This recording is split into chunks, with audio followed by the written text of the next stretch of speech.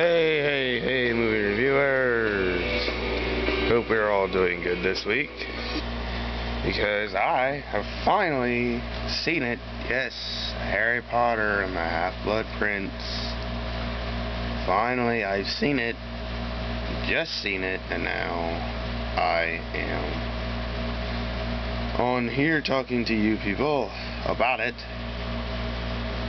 Definitely. Start off by saying this movie is the best out of the Harry Potter series.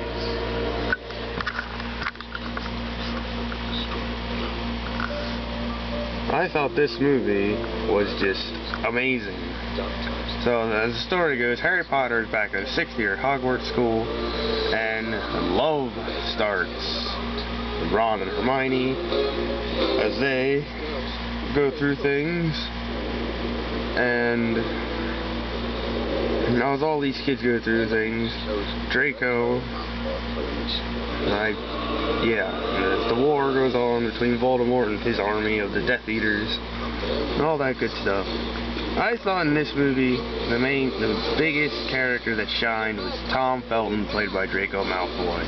I thought he just really shined in this movie. I thought he was really good. I'd like to see him in more movies besides Harry Potter. But this is probably one of the best movies out right now for the summer. It's way better than Transformers, and definitely way better than Bruno. But this is a movie you should see. It's really good. One of the best movies I've seen this year. Definitely. Well, that's the only movie I had this week to review. So I will go to our new segment that we've been showing on here, the best movies ever made. And this week is this past Saturday was the 1-year anniversary on July 19th. A 1-year anniversary of probably the best movie ever. And of course, you know what I'm talking about. It stars Christian Bale, Heath Ledger, and probably one of the best superheroes ever.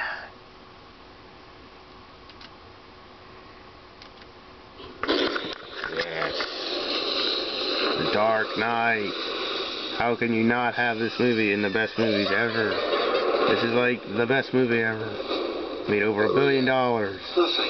Just amazing. If you have not seen this movie yet, I recommend you buy it. And if you haven't seen this movie yet, you have no life whatsoever. You've been under a rock for years if you have not seen this movie. Now, the next movie is we got the best and then the worst. Now, this movie I've just seen this past week, and I was very disappointed in it. It stars Nicolas Cage and some other people that I've never heard of. And Nicolas Cage is in it, and it's probably one of the freakiest movies I've ever seen.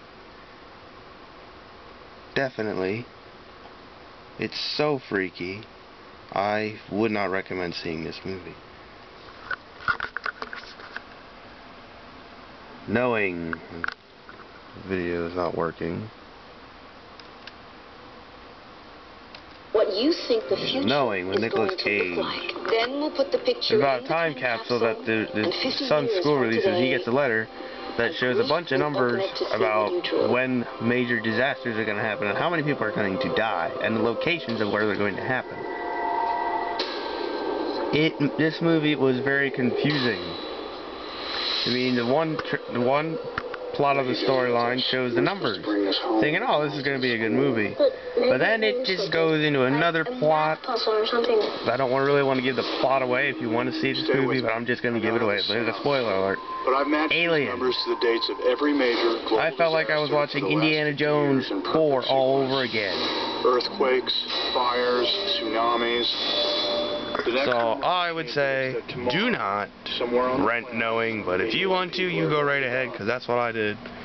and then I was really disappointed with it. Now, next week's show, we'll have the reviews for The Ugly Truth, starring Katherine Heigl and Gerard Butler, and unfortunately, this movie I'll be reviewing